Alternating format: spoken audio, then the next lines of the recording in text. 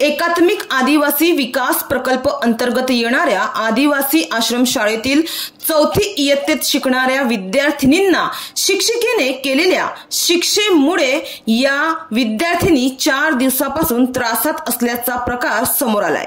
या प्रकारामुळे स्थानिक पातळीवरून तीव्र संताप व्यक्त होत असून शिक्षिकेवर कठोर कारवाई करण्याची मागणी करण्यात येत आहे। एकात्मिक आदिवासी विकास प्रकल्प डहाणू अंतर्गत येणाऱ्या वसई तालुक्यातील भाताणे बेलवाडी येथील माध्यमिक व उच्च माध्यमिक आदिवासी आश्रमशाळा येथे शिक्षण घेणाऱ्या 4थीच्या विद्यार्थिनींनी गृहपाठ केला नव्हता।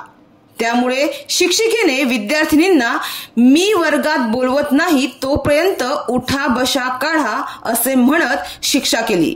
यानंतर 100 पेक्षा जास्त उठा बशा काढाव्या लागल्याची माहिती एका विद्यार्थिनीने दिली। शाळेत शिकते? उर्मिला संदीप तल्ला। कुठल्या शाळेत शिकते तू? शासकीय माध्यमिक व उच्च माध्यमिक आश्रम शाळा भाताणे बेलवाडी। काय झालेलं शाळेमध्ये तुझ्यासोबत? अभ्यास न केलेला म्हणून उठा बशा काढायला सांगितले। कोणी? मॅडमने। काय मॅडमांचं नाव? शीतल। आणि त्यानंतर तू काय तुला त्रास झाला? दुखायला लागले। मग त्याच्यानंतर तुला हॉस्पिटलला ऍडमिट केलं का? नाही।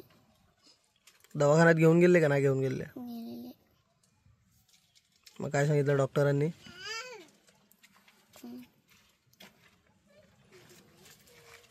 तुझ्यासोबत किती मुलांना शिक्षा दिली होती? 12। आणि किती उठाबशा काढायला लावलेल्या तुम्हाला? जेव्हा वर्गात बोलून तेव्हा। तरी किती उठाबशा होत्या? सगळ्या मुलांनी 100 वरे मोजलेले। आणि मग त्याच्यापुढे मोजल्या नाही, पण त्याच्यापुढे उठाबशा काढल्या होत्या तुम्ही? म्हणजे 100च्या पेक्षा जास्त तुम्ही उठाबशा काढल्या का? यामुळे 3 ते 4 विद्यार्थिनींना मोठ्या त्रासाला सामोरे जावे लागले। 3 विद्यार्थिनींचे पाय जास्त प्रमाणात सुजल्यामुळे त्यांना चालण्यास जास्त त्रास होत असल्याचे समोर आले। 2 एप्रिल रोजी बुधवारी शाळेच्या वेळेत विद्यार्थिनींना शिक्षा देण्यात आली। जास्त प्रमाणात उठा बशा काढल्यामुळे संध्याकाळपर्यंत विद्यार्थिनींच्या पायांना मात्र जास्त प्रमाणात सूज येऊन रात्रभर त्यांना त्रास सहन करावा लागला। दुसऱ्या दिवशी मुलींना त्रास सहन होत नसल्यामुळे शिक्षकांनी त्यांना दवाखान्यात नेले। त्या ठिकाणी उपस्थित असलेले स्थानिक सामाजिक कार्यकर्ते विजय पाटील यांनी अधिक चौकशी केली असता त्यांच्या लक्षात हा प्रकार आला। त्यानंतर त्यांनी मुलींच्या कुटुंबियांशी संपर्क साधून त्यांना या प्रकाराची माहिती दिली।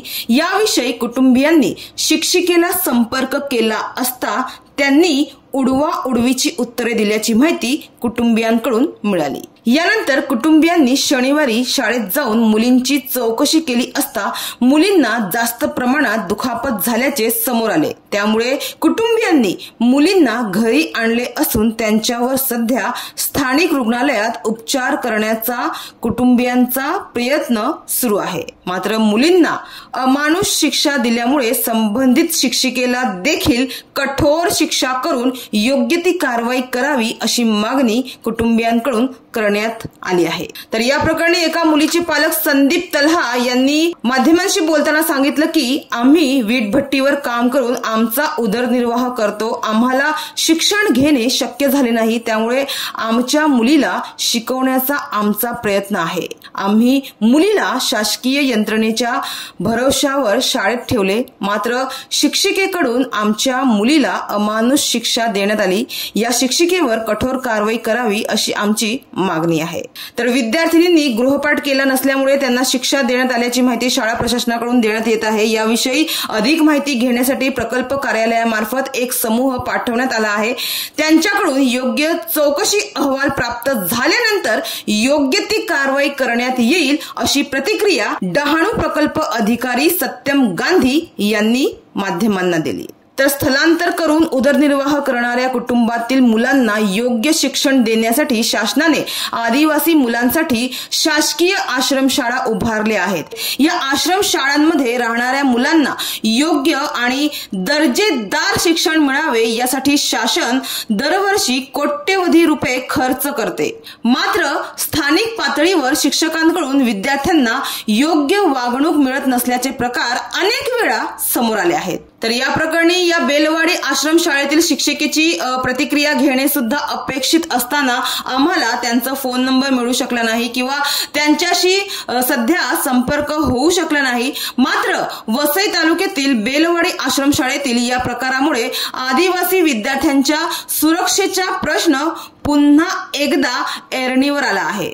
मात्र आता या प्रकरणी नेमकी कोणती कारवाई होते याकडे सर्वांचंच लक्ष लागलं आहे।